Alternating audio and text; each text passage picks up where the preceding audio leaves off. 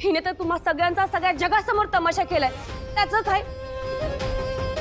तुझ्या अर्थी हिने सिंचनाला इतका नीच सल्ला दिला, म्हणजे हिचंच बाहेर काहीतरी सुरू असणार. बस बस वहिनी, यापुढे एक शब्दही बोलायचा नाहीये. तुम्ही गप्पा बसायचं. बस करा. तुमच्या या गोंधळाने माझं डोकं काम करण्याचं झालंय. बाहेर पत्रकार जमलेत, कार्यकर्ते चिडलेत, जनता तोंडात शेण घालायचं बाकी राहिले. तुमचा इथे तिसराच तमाशा सुरू आहे.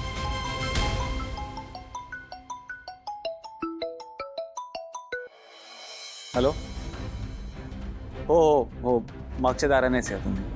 हो, अरे कोण येते आता? लक्ष्मी काकूचा फोन होता. त्यांना कळलंय सगळं, त्यामुळे काका काकू आणि हरीश तिघही येत आहे तिथे.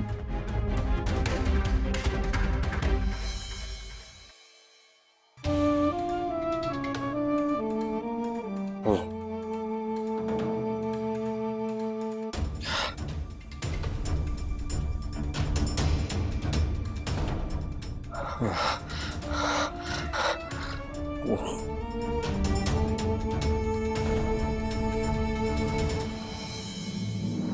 विश्वा,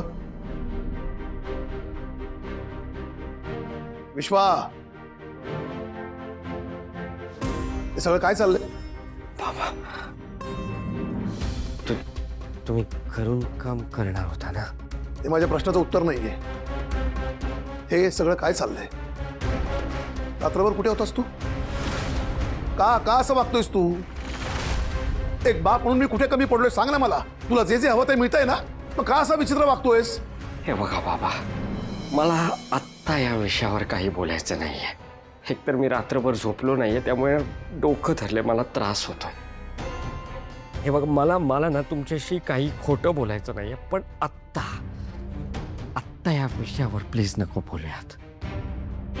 मी जे काही करेन ते चुकीचं नसणार आहे, हा तरी विश्वास आहे ना की मला जे करायचंय ते करायचं स्वातंत्र्य सुद्धा नाहीये आता. स्वातंत्र्य बरोबर आहे. माणूस प्रेमात पडला ना की त्याला असं वाटतं की आपण जे काही करतोय ना ते बरोबरच करतोय. अरे प्रेमात पडून कोणाचं भलं झालंय सांग ना मला. जरा नीट डोळे उघड, नाहीतर कुणालाही तोंड दाखवण्याच्या लायकीचं राहणार नाहीयेस तू.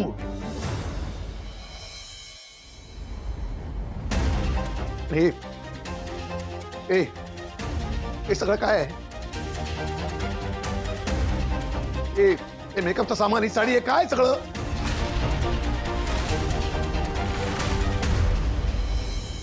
हॅरी, तुझ्यामुळे घडतंय हे सगळं.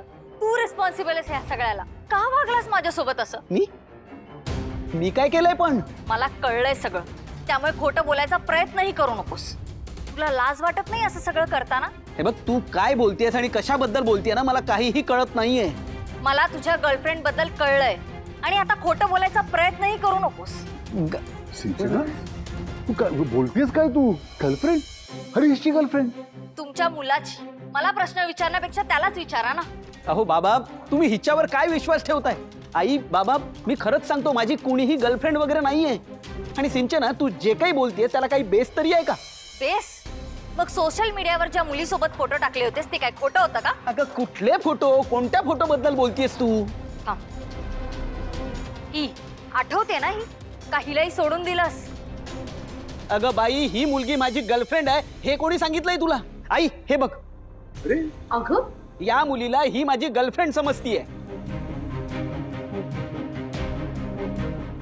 असं काय करतेय सिंचना? अगं, तुझी मैत्रीण आहे ही आरती आहे ना, ही आपल्याला गृहलक्ष्मीमध्ये मदत करते.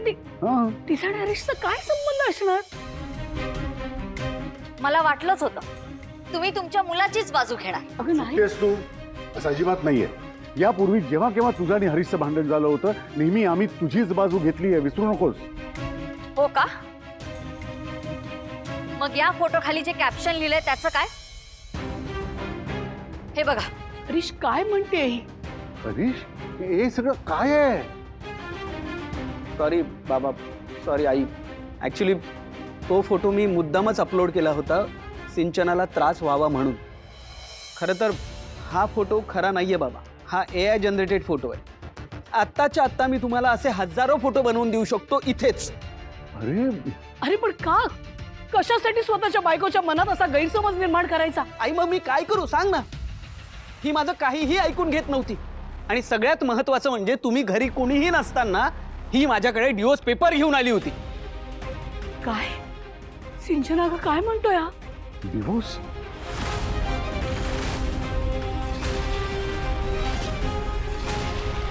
सिंचू तू हरीशला डिवोर्स देणार होतीस? हो, कारण मला वाटलं होतं ह्याचं बाहेर अफेअर आहे. मग मी तरी ह्याच्यासोबत का संसार? अगं पण आई असं अजिबात नव्हतं. एक मिनिट, मी हे खोटं खोटं केलंय म्हणून तू हे खऱ्या आयुष्यात अफेअर केलंस? हो, अगं तुला वाटतंय का? तू हो म्हणताना काही वाटतंय तुला? तुझं ना डोकं खराब झालंय सिंचना. हो मग काय करायचं होतं मी? तू वाटेल तसं वागायचंस आणि मी सगळं सहन करायचं. तू जे वागलास ना त्याच्यावरच हे रिॲक्शन होतं. मीही सुंदर आहे, मला अजूनही पुरुष भाव देतात. मग मी तरी काय एकटं राहायचं? म्हणून मीही विचार केला.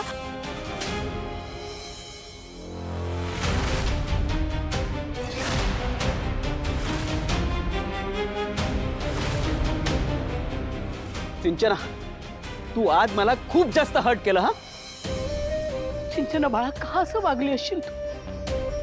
अगं परवा तू भावनेच्या सोरोटीला आलीस तेव्हा मला खरंच वाटलं सगळी भांडणं मिटली आता. मग का वागलीस तू असं? मला ते जाणून घ्यायचं होतं की हॅरी आणि त्याच्या गर्लफ्रेंडचं प्रकरण कुठपर्यंत आलंय, म्हणून मी आले होते. सिंचू अगं, लाज वाटायला पाहिजे तुला. हेवा वाटावं असं समजूतदार सासर मिळालंय तुला. इतकी प्रेम करणारी माणसं आहेत तिथे. जीव ओवाळून टाकणारा नवरा मिळालाय तुला आणि तू हे असं वागतेस. खरंच मला ना तुला माझी मुलगी म्हणून घ्यायची सुद्धा लाज वाटते आता. हे बघ सिंचना, आमच्या विरोधात जाऊन तू या मुलाशी लग्न केलंस. इतकी वर्ष संसार केला आणि आता लग्नानंतर हे बाहेर जे काही थेर केलेस ना, तुला काय वाटलं हे सगळं करून तुला या घरामध्ये आम्ही राहू देऊ? नाही, या घराशी आता तुझा काडीचाही संबंध नाही.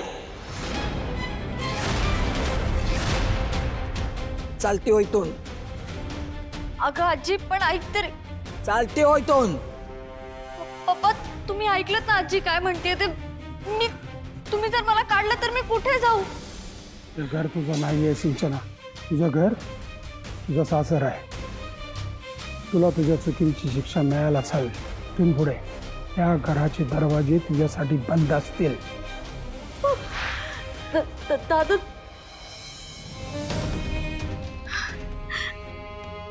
आई आई अगं तू तरी समजा. आई सिंचू ह्या बाबतीत मी तुझी कधीच बाजू घेऊ शकत नाही. लाज वाटते मला तुझी. एक मिनिट सुद्धा घरात थांबू नकोस. ताबडतोब निघून जा इथून.